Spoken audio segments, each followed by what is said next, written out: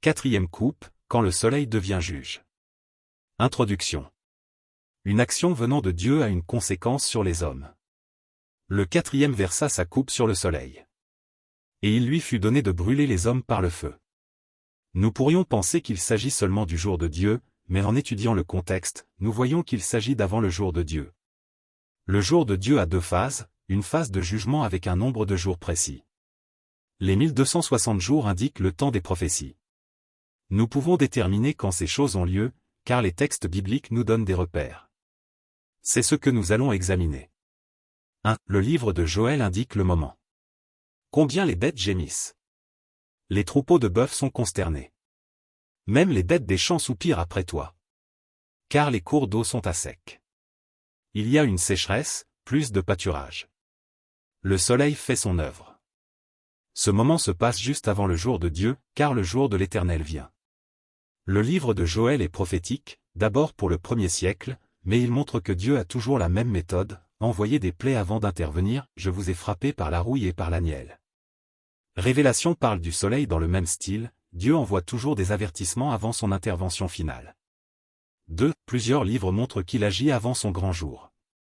Zacharie, voici, je ferai de Jérusalem une coupe d'étourdissement pour tous les peuples d'alentour.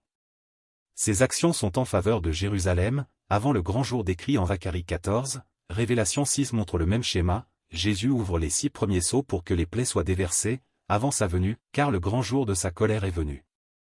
Nous voyons aussi qu'il y a 1260 jours avant la venue de Jésus, et je donnerai à mes 2 témoins le pouvoir de prophétiser, revêtus de sacs, pendant 1260 jours. Ce temps est pour que les prophéties s'accomplissent. 3. La chaleur qui brûle est un appel à la repentance. Un enfant est corrigé par le bâton de la discipline, celui qui ménage sa verge est son fils. Dieu agit de même, mais il utilise un « bâton » qui touche tous les hommes. Et les hommes furent brûlés par une grande chaleur, et ils blasphémèrent le nom de Dieu.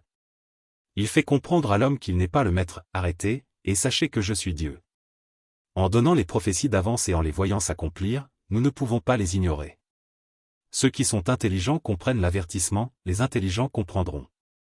Surtout que l'activité de pollution de l'homme est évidente, et la chaleur révèle ce péché.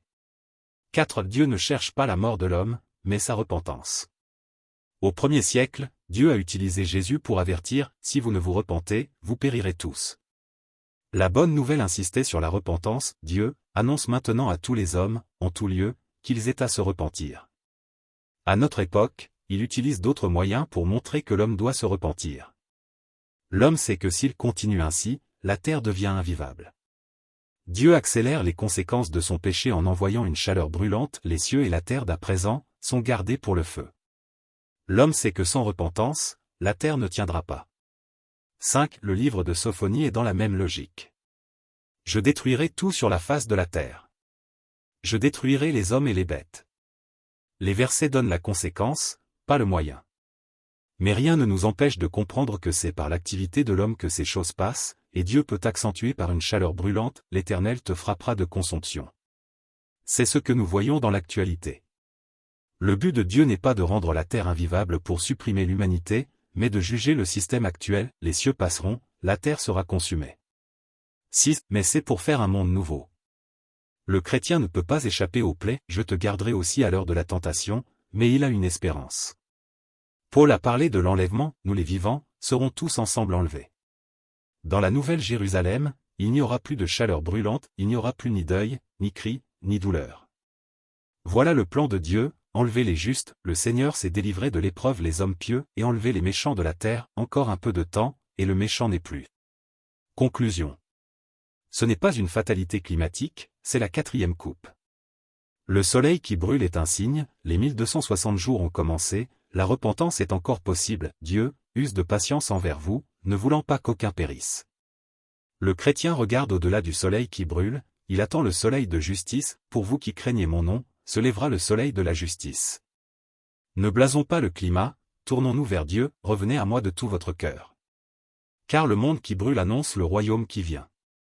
Amen, viens Seigneur Jésus.